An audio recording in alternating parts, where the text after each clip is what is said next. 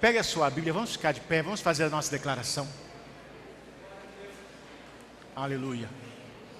Vamos lá? Esta é a minha Bíblia. Eu sou o que ela diz que eu sou. Eu posso fazer o que ela diz que eu posso fazer. Hoje eu serei ensinado pela palavra de Deus. Ousadamente confesso. Minha mente está alerta, meu coração está repetivo. Nunca mais serei o mesmo. Estarei recebendo a incorruptível, indestrutível, sempre viva semente da palavra de Deus. Nunca mais serei o mesmo. Nunca, nunca, nunca.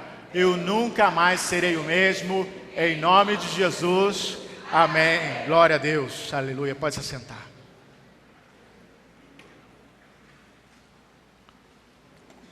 Irmãos, pensando, tem tudo a ver com o que foi testemunhado aqui. E essa semana eu vi uma frase que me chamou a atenção. E eu queria trazer esse assunto para a igreja, porque eu creio que é algo de muita, muita, muita importância, não apenas para nós que estamos aqui, mas para a igreja de Cristo na face da terra. Essa mensagem, como as outras, ela está sendo gravada e a gente já posta todas as mensagens na internet, mas a gente eu pretendo dar uma força maior a essa mensagem, ou um impulso maior a essa mensagem, devido à importância que eu julgo ela ter. A frase que eu vi, que me chamou a atenção, foi a seguinte: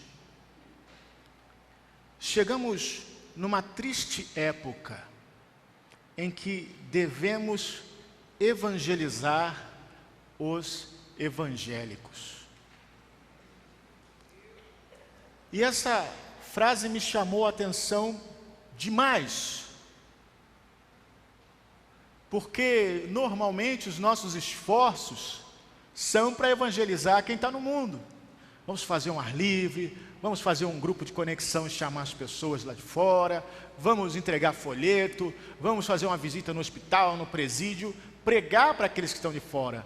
E essa realmente é a nossa missão. Mas a gente sabe que no meio de uma missão, quando se fala de uma missão de guerra, por exemplo, existem os contratempos.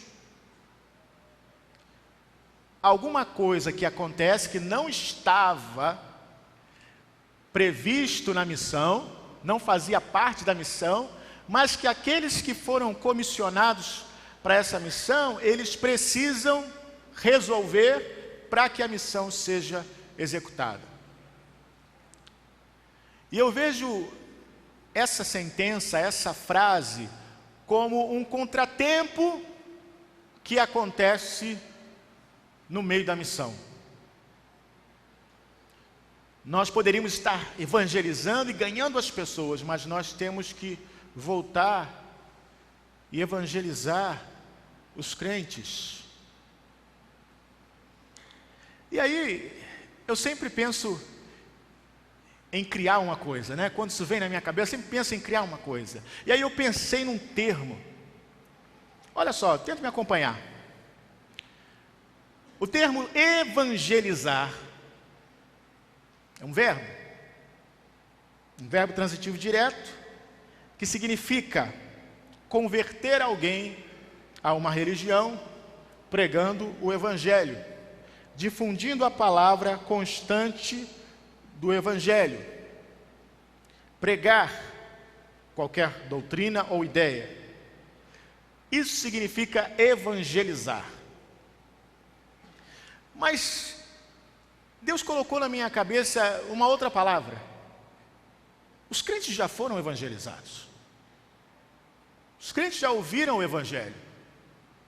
Então o que tem que ser feito? Aí Deus colocou na minha mente uma palavra que é a seguinte: reevangelizar. Reevangelizar. E aí eu fui procurar no dicionário o que esse prefixo re, porque é um prefixo que você coloca antes de algumas palavras, e esse prefixo altera totalmente o significado da palavra. Mas esse prefixo re, ele tem pelo menos 3 significados diferentes, e que eu vou compartilhar com os irmãos aqui. O primeiro significado do prefixo re é o significado de repetição, como por exemplo, em recapear, é capear novamente. Recapitalizar é capitalizar novamente, ou seja, dinheirinho novamente. Recarregar é carregar novamente.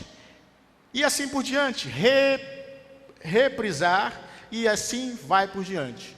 Então, o primeiro sentido do prefixo re é repetição. Ou seja, uma coisa que você já fez e tem que fazer novamente. Mas ele tem um outro sentido. O prefixo re também tem o sentido de reforço. Reforço. Exemplo, rebuscar. É buscar minuciosamente.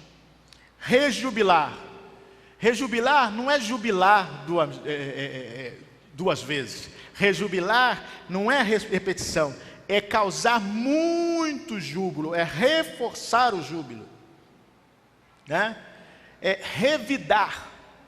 Revidar não é dar vida 2 vezes, não tem esse sentido de repetição, tem sentido de mais envidar, que é na verdade responder a uma ofensa. E assim por diante, mas não acaba por aí. O prefixo re ainda tem um outro significado. O significado do prefixo re também é retrocesso ou recuo, como por exemplo em reflorestar. É recompor a floresta. Reiniciar é voltar ao início. Retornar é voltar ao ponto de partida. Então, esse prefixo re, ele tem 3 sentidos, que é a repetição, é o reforço e é o retrocesso. Aí o Espírito Santo me chamou a atenção para reevangelizar, que a gente pode encontrar respaldos nesses 3, porque reevangelizar é evangelizar novamente. Mas reevangelizar pode ser também retornar ao início daquilo que foi evangelizado e foi aprendido. Evangelizar também é reforçar aquilo que já foi falado e aprendido. Mas irmãos, tem algo mais a respeito de reevangelizar? Eu estive fazendo algumas pesquisas e encontrei essa afirmação na internet sobre reevangelizar. Diz assim: o verbo evangelizar provém do latim evangelizare e pode significar divulgar os evangelhos, difundir a fé cristã, ficar a conhecer o evangelho ou a fé cristã.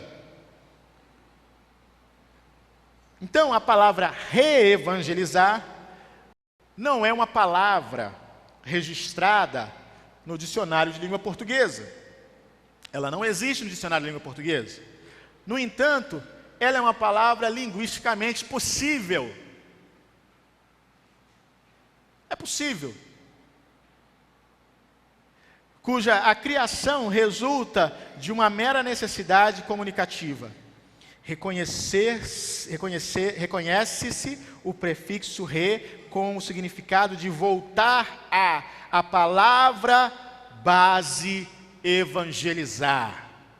A palavra reevangelizar é possível atribuir um significado de voltar a evangelizar ou voltar a converter. E aí eu encontro essa afirmativa aqui: é urgente reevangelizar os cristãos. reevangelizar os cristãos. Aí eu vejo que isso não é um processo novo. Pasmem. Esse é um processo que a Igreja Católica tem vivido há anos. Reevangelizar os cristãos. E por que a Igreja Católica tem vivido isso? Porque os católicos, numa grande parte, têm se afastado do catolicismo. E por que isso para a gente é importante? É importante porque hoje, muitos crentes, em semelhança aos católicos, têm se afastado do Evangelho. Eles conhecem o Evangelho. Eles conhecem a palavra. Mas eles estão se afastando. E sabe, aquilo que nós mais criticávamos nos católicos, dizendo, o católico é católico só de nome, católico é católico só na palavra, mas não vai na igreja, não carrega a Bíblia, e não isso, e não aquilo outro, que a gente reclamava, estamos nos tornando iguais. Estamos virando evangélicos nominais, evangélicos só no nome, mas não temos mais relacionamento com Deus. Somos evangélicos porque nascemos numa igreja evangélica, nos batizamos, crescemos e aí permanecemos assim e não temos mais relacionamento com Deus. Só temos um nome para entrar numa estatística. Quando alguém bater na sua porta do IBGE e perguntar qual a sua religião, você vai dizer, eu sou evangélico. Mas é apenas um nome. Isso não é mais uma realidade espiritual na sua vida.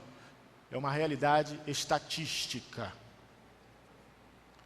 Então, pensando nisso, irmãos,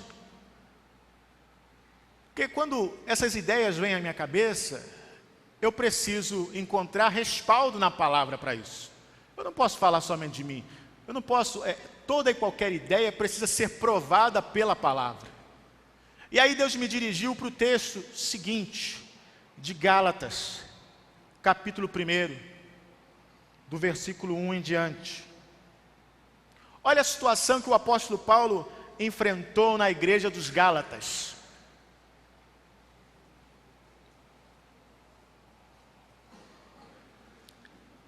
Amém? Gálatas, capítulo 1, versículo 1 em diante. Diz assim: Paulo, apóstolo não da parte dos homens, nem por homem algum, mas por Jesus Cristo e por Deus Pai, que o ressuscitou dentre os mortos, e todos os irmãos que estão comigo, as igrejas da Galácia, graça e paz da parte de Deus, Pai e nosso Senhor Jesus Cristo, o qual se deu a si mesmo por nossos pecados, para nos livrar do presente século mau, segundo a vontade de Deus nosso Pai, ao qual seja dada a glória para todos sempre. Amém. Maravilho-me de que tão depressa passais daquele que vos chamou a graça de Cristo para outro evangelho, o qual não é outro, mas há alguns que se inquietam e querem transtornar o evangelho de Cristo.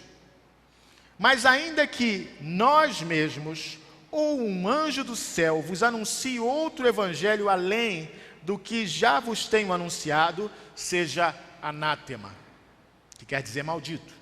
Assim como já vô-lo dissemos, agora de novo também vô-lo digo: se alguém vos anunciar outro evangelho além do que já recebestes, seja anátema.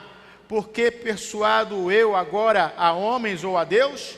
Ou procuro agradar a homens? Se estivesse ainda agradando aos homens, não seria servo de Cristo.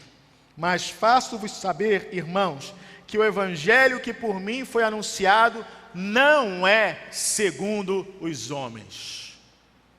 Irmãos, o apóstolo Paulo, ele passa o capítulo 1 de Gálatas, o capítulo 2 de Gálatas, fazendo uma defesa da fé. Nós não vamos ler o capítulo 1 e o capítulo 2 todo, mas se você quiser ler em casa, ele passa os 2 primeiros capítulos fazendo uma defesa da fé, relembrando aqueles irmãos, sabe do quê? Da história. Que história? Da sua própria história, a própria história do apóstolo Paulo, da história do Evangelho, do próprio Evangelho para eles, do Evangelho que Paulo pregava. Ele passa esses 2 capítulos fazendo isso, relembrando os irmãos disso. Sabe por quê? Sabe para quê? Para reevangelizar os irmãos.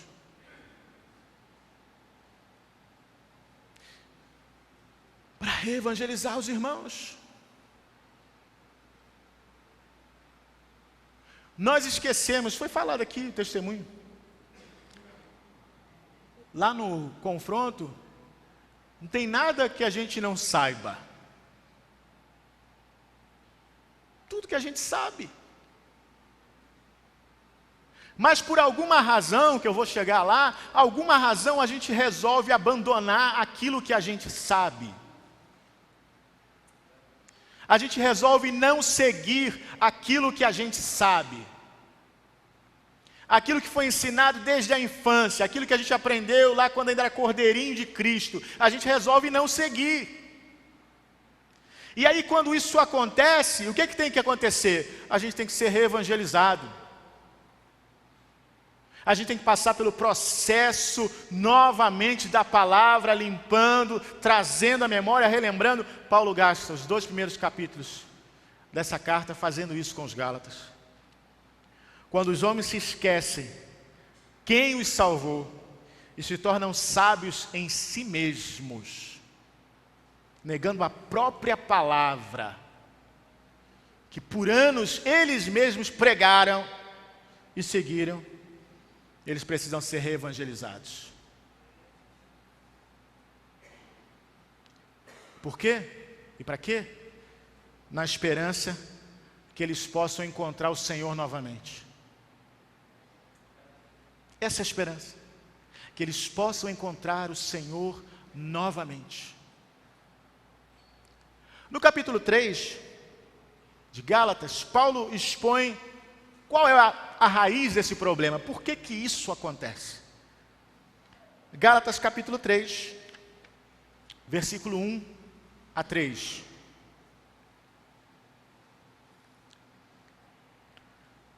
Ele pergunta assim: ó insensatos Gálatas, quem vos fascinou para não obedecerdes à verdade?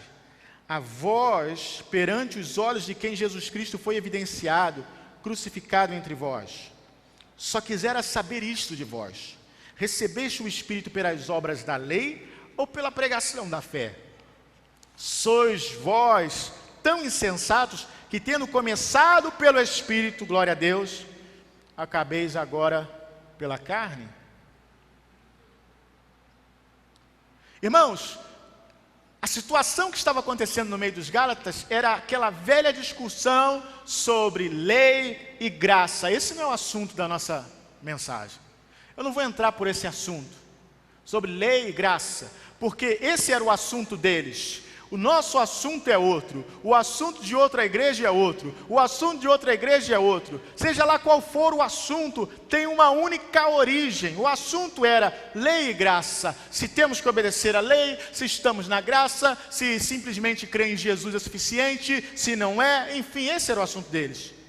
Alguns achavam que a graça abolia totalmente a lei e que era isso e que não precisava, Mas qual é o nosso assunto? Qual é o nosso assunto?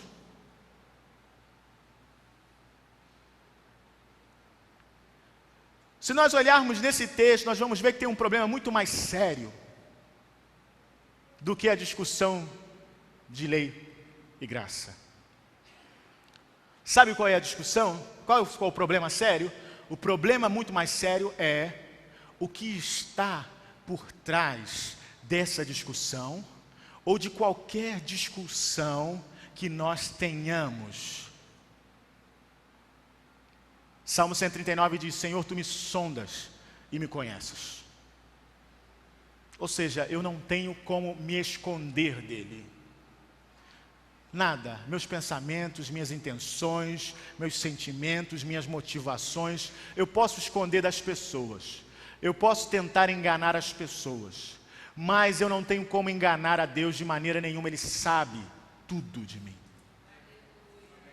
Ele sabe tudo de mim.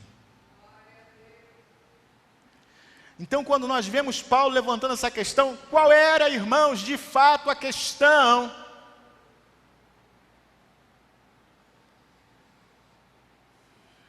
O versículo 3 expõe qual era a questão.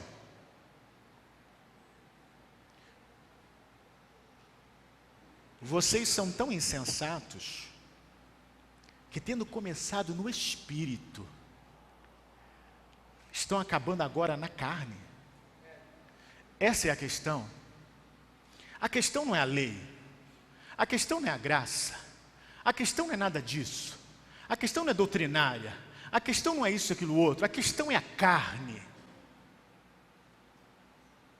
A questão é a carne, irmãos. A nossa carne não presta. Não presta. Eu tenho certeza que tem muita gente aqui que já planejou fazer uma dieta.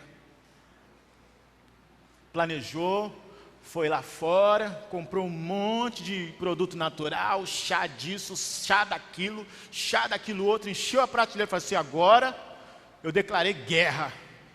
Guerra contra a gordura, eu vou fazer dieta, eu vou emagrecer, e fez aquilo.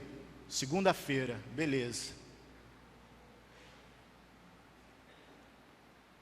Passa um dia, passa 2, ele sente uma dorzinha de cabeça. Uma dorzinha de cabeça. Aí ele fala assim: não, hoje, por causa dessa dorzinha de cabeça, eu não vou fazer a dieta, eu vou comer uma outra coisa, porque eu acho que eu estou ficando fraco. Querido, isso é a sua carne. É a sua carne sabotando a sua dieta. A sua carne não presta. A nossa carne sabota tudo.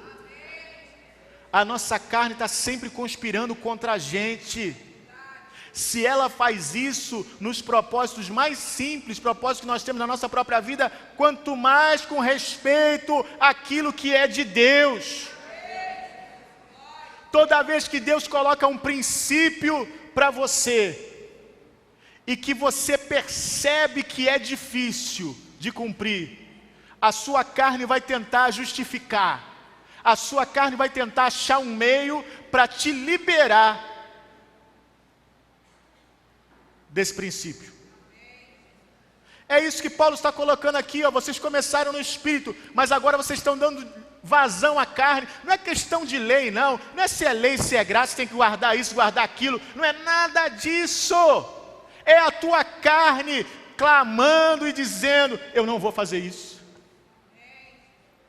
eu não vou fazer isso, eu não vou largar isso, eu não vou mudar, eu penso assim, eu vou fazer assim, eu vou fazer do meu jeito, eu acho isso, eu acho aquilo outro, eu vou fazer isso, eu vou fazer aquilo. É a sua carne.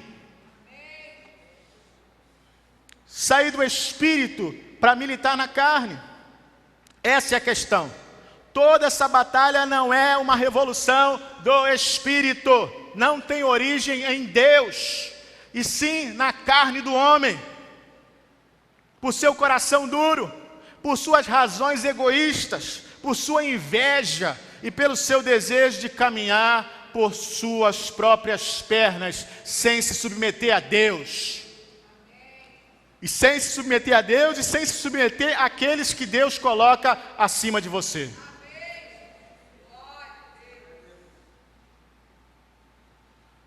Irmãos, é muito sério.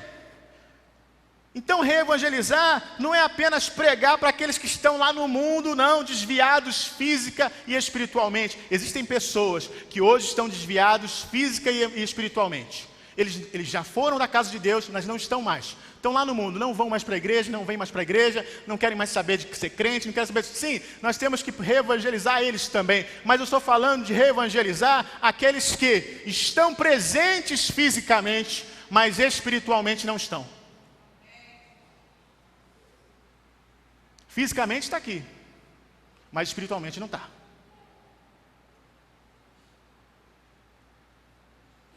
Não querem se submeter a Deus, ficam procurando pretexto para falar mal das autoridades, tentam semear discórdia entre os irmãos, fazem isso abertamente, fazem o trabalho de Satanás abertamente e acham ainda que estão certos.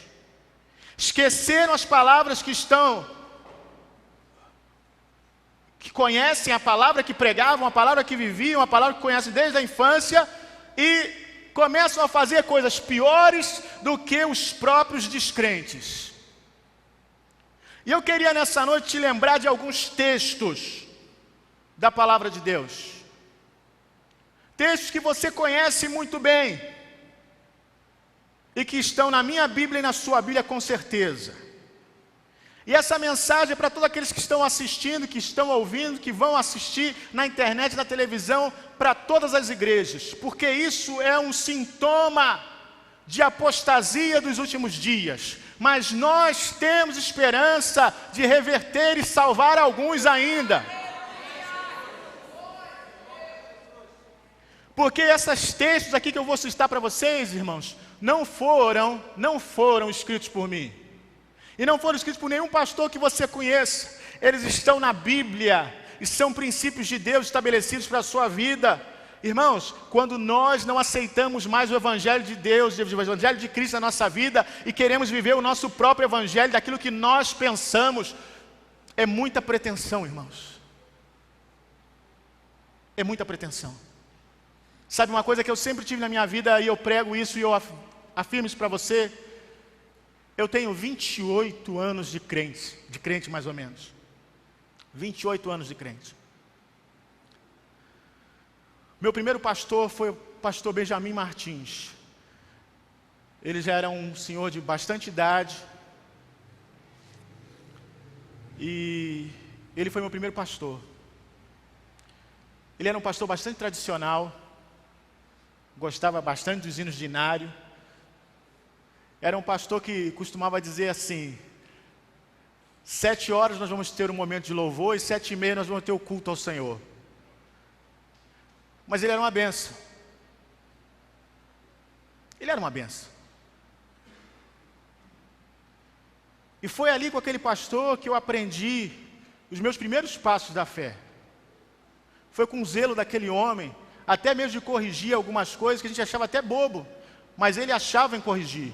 A maneira da gente cantar determinada música, a maneira da gente pronunciar determinada palavra, ele corrigia até mesmo essas coisas. E a gente adolescente achava até engraçado aquilo, mas ele tinha um temor de Deus, servia a Deus e serviu a Deus até o último dia da vida dele.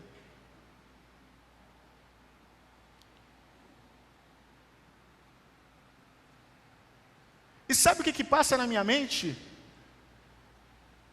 Hoje, tenho 43 anos, sou pastor também, eu posso chegar e dizer assim: o pastor Benjamin não sabia nada. Eu é que sei agora.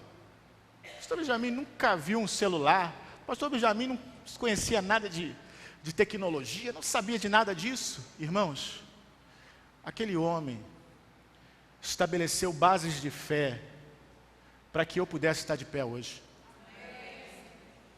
Eu não posso de maneira nenhuma desprezar a fé daquele homem que começou lá no início, que quebrou pedra, que construiu igreja com as próprias mãos, que fez o trabalho do Senhor, a obra do Senhor. Eu não posso de maneira nenhuma diminuir o trabalho daquele homem numa outra época, uma época muito mais difícil que agora. Sabe o que se chama isso? Isso se chama reconhecer e honrar aqueles que estão sobre nós. Sabe qual é o costume que a gente tem na igreja metodista? Quando nós estamos num culto e temos ali pastores, e há um pastor mais velho ali, mais antigo de pastorado, esse pastor é sempre colocado para dar a bênção. Porque a gente entende pela Bíblia que é o mais velho que abençoa o mais novo. Tem os pastor mais antigo, não, o pastor mais antigo vai aqui dar a bênção. Irmãos, nós podemos desprezar essa base que eles deram. Mas olha os textos que muitas vezes alguns estão esquecendo. Abra sua Bíblia em Hebreus capítulo 13, 17.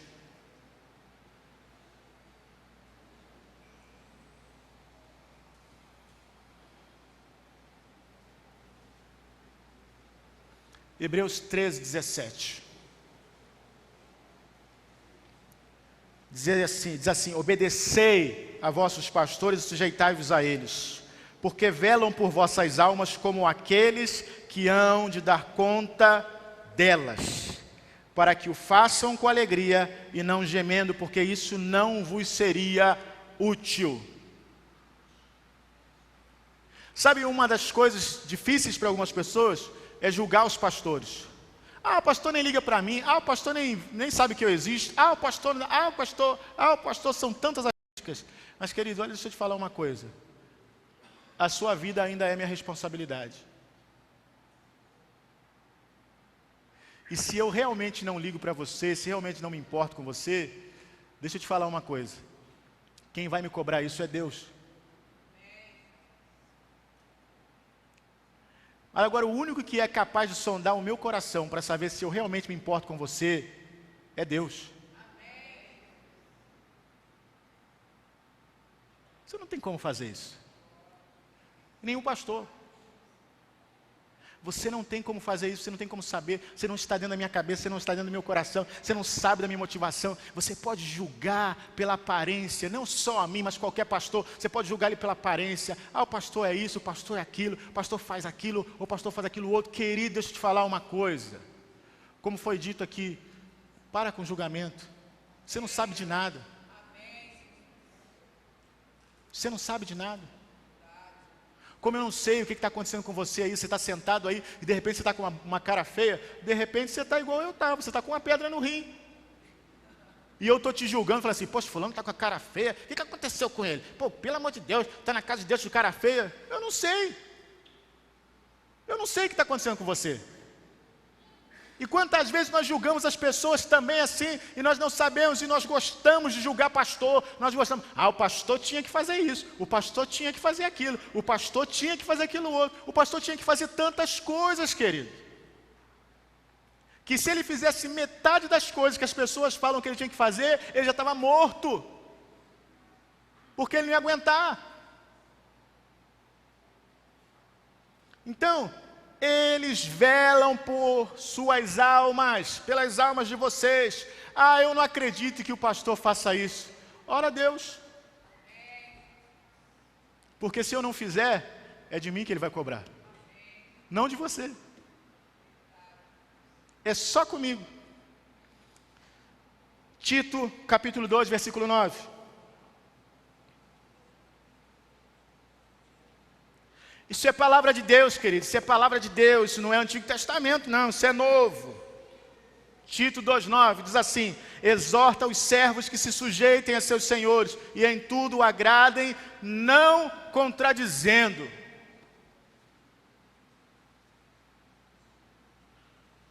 Não contradizendo. Você sabe o que quer dizer contradizer? A pessoa fala uma coisa, você vai lá e fala outra. A pessoa fala uma coisa, você vai lá e fala outra. A pessoa fala uma coisa aqui, você vai lá e fala outra. A Bíblia fala isso, seu patrão, sabe, o seu patrão, aquele que você trabalha lá, que você recebe seu salário, você não deve fazer isso nem com ele. Ah, mas aquele homem é errado, eu não concordo com ele. Sai de lá. Arruma outro emprego, sai. Se você não concorda, não trabalha para ele. Mas não vai ficar lá dando uma de diabo, o cara fala uma coisa, você fala outra com os outros. O cara fala um troço, você, está errado. O fala, eu não concordo. Não! Isso é princípio do evangelho, querido. Não ache que você é espiritual fazendo um troço desse, não, você não é. Você está sendo usado por Satanás para fazer isso, é a sua carne. Entenda como você quiser entender. Tiago capítulo 4, versículo 11. Estou te lembrando porções da palavra para ver se eu consigo trazer à sua mente a importância disso. Não considere isso como qualquer coisa ou como desabafo. Ih, pastor, hoje estava querendo desabafar. Não, estou não. Irmãos, eu tirei uma pedra do rim, eu coloquei um cateter, eu fui operado, eu sangrei para chuchu. Hoje eu entendo perfeitamente o que as irmãs passam todo mês, colocando sangue para fora. É verdade. Entendo. Sabe aquelas placas, você vai no banheiro e pá! Eu entendo isso. Passei 2 dias inteiros fazendo isso. E aliado a isso, sabe o que mais? Eu tive uma prisão de ventre fenomenal. Eu fiquei 1 semana sem evacuar e tive que clamar muito sangue de Jesus para conseguir colocar para fora o que estava dentro de mim. E vou te dizer, o que saiu não foi bom, não foi legal.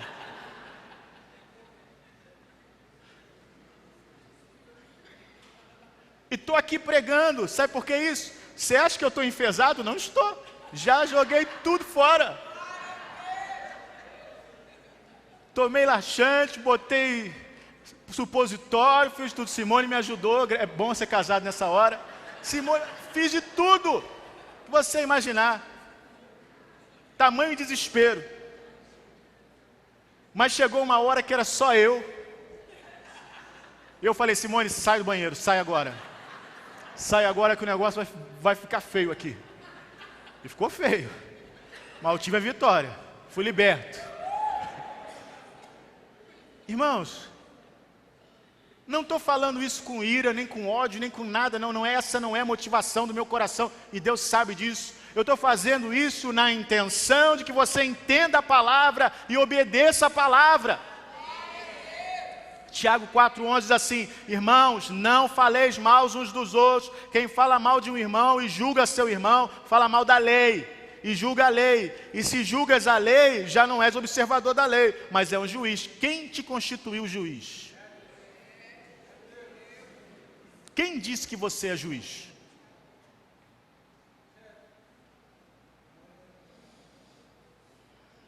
Atos 23, 5. Atos 23, 5.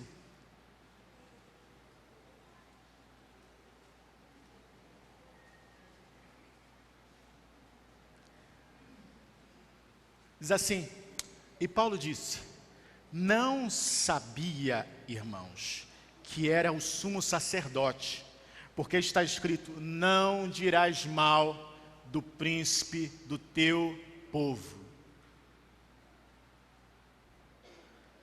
Está escrito. Não dirás mal do príncipe do teu povo. Provérbios 8, 13.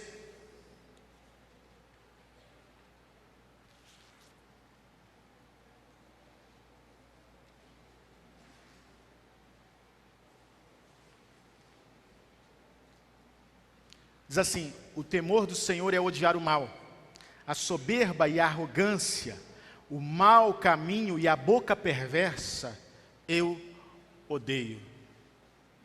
Qual era a questão em Gálatas? Qual era a questão em Gálatas? Era zelo pela lei? Era zelo pela graça? Era pureza cristã? Não era nada, era carne.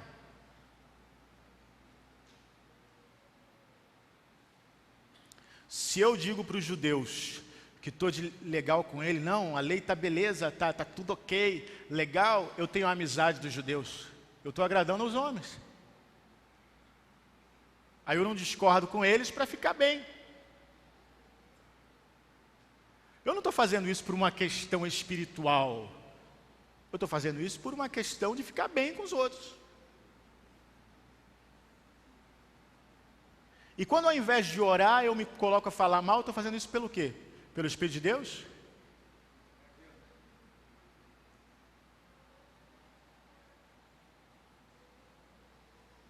Por quem que eu estou fazendo isso? Vamos orar, querido. Sabe, o único que tem medo de oração é o diabo. Crente nenhum deveria ter medo de oração. Então, quando um crente fala assim, irmão, vamos orar, não tem por que você falar assim, porque quem faz isso é que está devendo alguma coisa. Porque a oração é a invocação da presença de Deus. E a invocação da presença de Deus é a invocação de fogo. Lembra lá no Monte Horebe? Ou melhor, no Monte Carmelo, né? Tanto monte que a gente esconde. Lá também teve fogo no Monte Horebe, mas é no Monte Carmelo que eu quero falar. Monte Carmelo, os profetas de Baal, Elias e os profetas de Baal. O Deus que se fizer presente é Deus. De que forma que ele se faz presente? Com fogo. que Elias fez? Elias chamou os profetas de Baal para uma reunião de oração. Vamos orar. E o Deus que responder, esse é Deus. Foi isso que Elias fez. Só que Baal não mostrou a cara, não apareceu, não falou nada, não disse nada, ficou quieto. Elias até debochou, disse para a pessoa, grita mais alto, ele pode estar dormindo, ele pode ter, sei lá, viajado, está com algum problema, vai lá, grita mais alto. Agora, quando Elias orou e clamou e invocou o nome do Senhor, diz que o fogo, porque eles prepararam um holocausto, mas eles não prepararam qualquer holocausto, eles prepararam um mega, um super holocausto. Eles, além do holocausto, eles jogaram água, muita água, e muita água, e muita água. Mas diz que quando o fogo de Deus se manifestou, ele consumiu o sacrifício, a lenha, a água, a pedra, ele fez tudo. Irmãos, o fogo de Deus que se manifestou naquele holocausto foi um fogo nuclear. Derreteu até rocha. Então, ninguém precisa ter medo de orar. Vamos orar. Porque o fogo vai depurar as nossas falhas, vai tirar as nossas mazelas, vai arrancar aquilo que está errado, vai botar tudo no lugar. É isso que nós queremos. E por último, o texto de Romanos capítulo 13, versículo 1.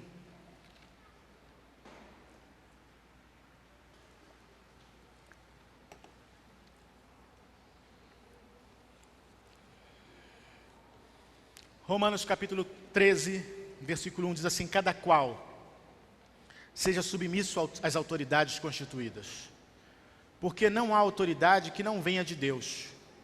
As que existem foram instituídas por Deus. Assim, aquele que resiste à autoridade opõe-se à ordem estabelecida por Deus, e os que a ela se opõem atraem sobre si a condenação. Em verdade, as autoridades inspiram temor, porém, a quem pratica o bem, e sim a quem faz o mal. Porém, não a quem pratica o bem, e sim a quem faz o mal. Queres não ter o que temer a autoridade? Faz o bem e terás o seu louvor. Porque ela é instrumento de Deus para teu bem. Mas se fizeres o mal, teme. Porque não é sem razão que leva a espada. É ministro de Deus para fazer justiça e para exercer a ira contra aquele que pratica o mal. Portanto, é necessário submeter-se, não somente por temor do castigo, mas também por dever de consciência. E também por essa razão que pagais os impostos, pois os magistrados são ministros de Deus, quando exercem pontualmente esse ofício. Pagai a cada um o que lhe compete. O imposto a quem deveis o imposto. O tributo a quem deveis o tributo. O temor e o respeito a quem deveis o temor e respeito. A ninguém fiqueis devendo coisa alguma, a não ser o amor recíproco. Porque aquele que ama o seu próximo cumpriu a lei. Deixa eu falar uma coisa para você.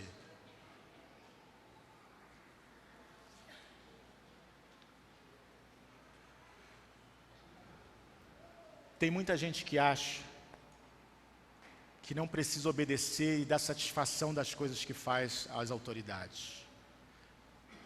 E eu falo com respeito ao próprio pastor. Você que está assistindo essa mensagem e de repente está pensando na sua igreja ou no seu pastor, enfim, e começa a achar um monte de situações, um monte de coisas. Por causa disso, é por causa daquilo, é por causa daquilo outro. Deixa eu te falar uma coisa. Na Bíblia, muitas vezes nós encontramos Deus fazendo coisas para nós, mas que Ele diz assim, vou fazer isso por amor do meu nome. Não é por vocês, é por amor do meu nome. Muitas vezes, o que é exigido de nós não é por B ou por A. Irmãos, Deus é tão fiel na palavra dEle, que ele mesmo se limita pela palavra. Ele mesmo se limita pela palavra.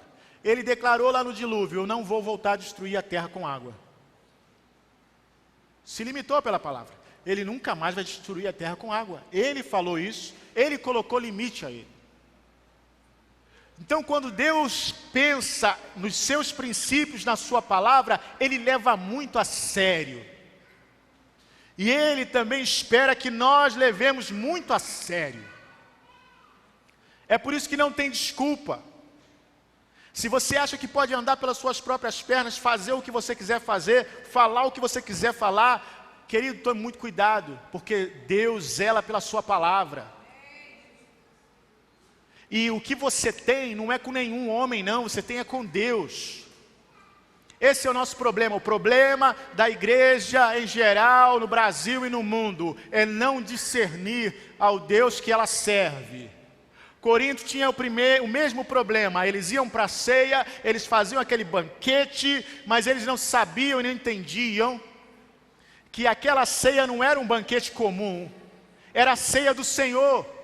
E quanta gente vem para a igreja pensando isso também: ah, é só a igreja, é só lá a igreja centenário, é só lá a igreja metodista, é só a igreja batista, é só o pastor Nilson, é só o pastor fulano, é só o pastor ciclano. Não, é a casa de Deus. É a casa de Deus. E quando você não faz essa distinção, e você fala das pessoas, você faz as coisas, você age sem dar satisfação, e vai e faz o que você quer, tome muito cuidado. Tome muito cuidado. Lá em 1 Coríntios 11 fala sobre isso, fala assim: é por essa razão, por não discernir, que há muitos enfermos, muitos que dormem.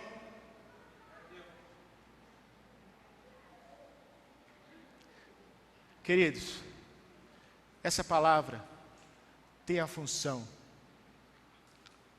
de te buscar e te trazer de volta para os trilhos. Se arrependa, obedeça a palavra. Certa vez, já faz muitos anos isso, um pastor que já faleceu,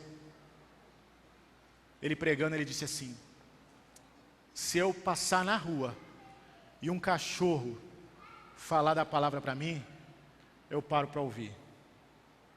Ele falou isso no sentido de que a mensagem é muito mais importante do que mensageiro. E muitas vezes nós olhamos para o mensageiro e queremos justificar para não receber a mensagem. Mas deixa eu te explicar uma coisa. Se você tomar uma multa, o correio for na sua casa entregar, e você falar assim: eu não quero receber, a multa continua, tá? A multa não sai não, porque você não quis receber. A palavra de Deus é a mesma coisa. Se a palavra é entregue para você, e você diz assim: eu não quero receber, ela continua valendo, porque ela foi entregue. Então hoje é o momento para a gente avaliar a nossa vida. A gente tem esse confronto radical, que é uma oportunidade da gente voltar. É uma oportunidade de a gente voltar, da gente reavaliar coisas simples que a gente já sabe. Não é novidade para a gente não, a gente já sabe. Mas que por algumas razões a gente não quer obedecer. Satanás engana a gente, começa a colocar um monte de razão na gente. Ah, porque eu estou certo, porque eu sei, porque eu... Ah, não, eu sei. Mas quem foi que te deu direito de descumprir a palavra de Deus por aquilo que você sabe? Quem te deu esse direito? Sabe, você nem pastor, nem bispo, nem apóstolo, nem ninguém tem esse direito. Paulo fala assim: olha, se ainda vier um outro anjo do céu para pregar outro evangelho, falando assim: não, você tem direito, seja maldito. Nem eu, nem outro anjo, ninguém tem direito. O evangelho é esse, irmãos.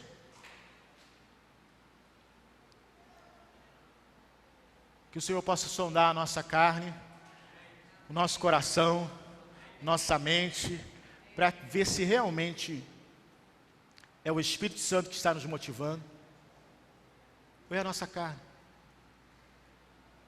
Nós achamos que conhecemos as pessoas. mas quem nos conhece realmente é o Senhor. Quero te pedir para se colocar de pé, nós vamos orar.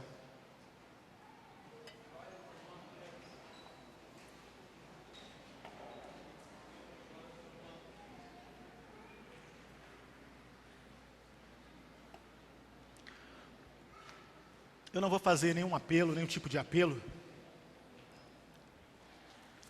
mas eu entendo que essa é uma questão íntima, sua com Deus.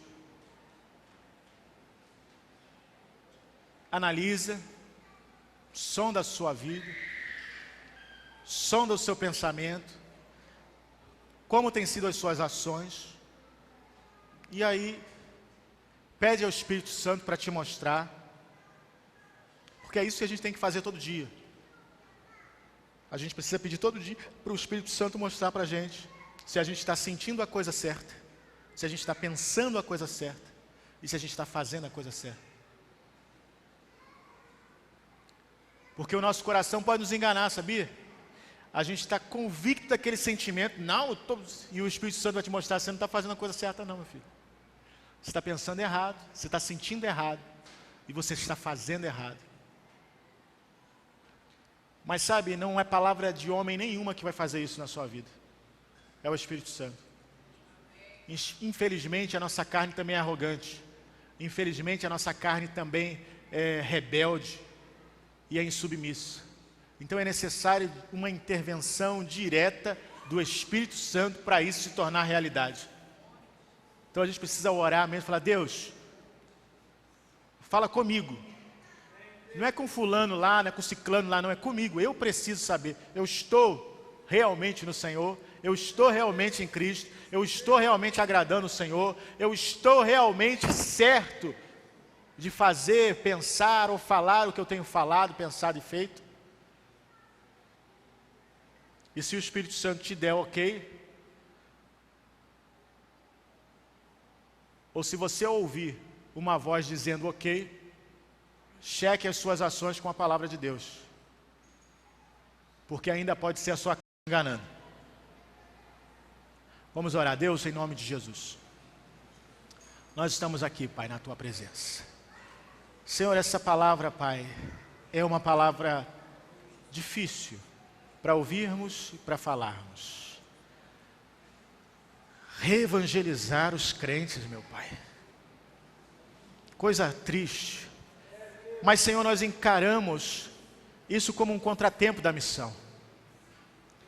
Porque a missão está aí, o Senhor nos chamou para fazermos essa missão no mundo, pregar o Evangelho a toda criatura. Mas constantemente nós temos que voltar e reavaliar as nossas estratégias, as nossas motivações. Meu Pai, em nome de Jesus, que nessa noite Teu Espírito Santo, acima de qualquer palavra nossa, Teu Espírito Santo possa falar aos corações. Senhor, que essa mensagem pregada aqui hoje, como eu ouvi de uma vez, que a mensagem precisa muitas vezes nos irritar, para que a gente reflita a respeito dela, para que gere em nós pelo menos um mínimo de curiosidade para perguntar ao Senhor: Senhor, isso é Teu? Senhor, que essa mensagem gere pelo menos isso.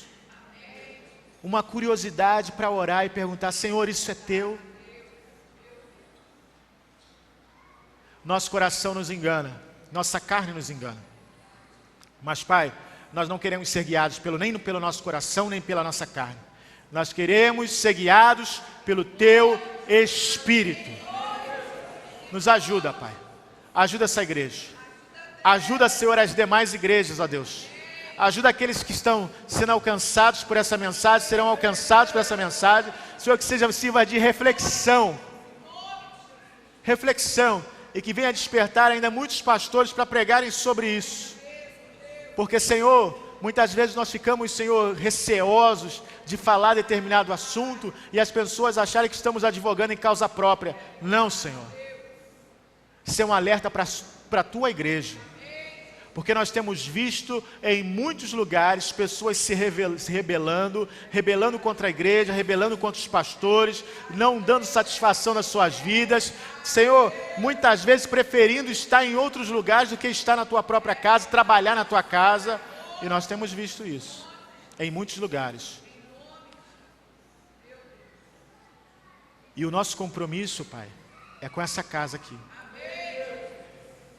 É com o Senhor aqui. Aonde nós fomos plantados, nós devemos frutificar. Te glorificamos, Pai. Te agradecemos por tudo. Em nome de Jesus. Amém. Amém. Pode sentar em nome de Jesus.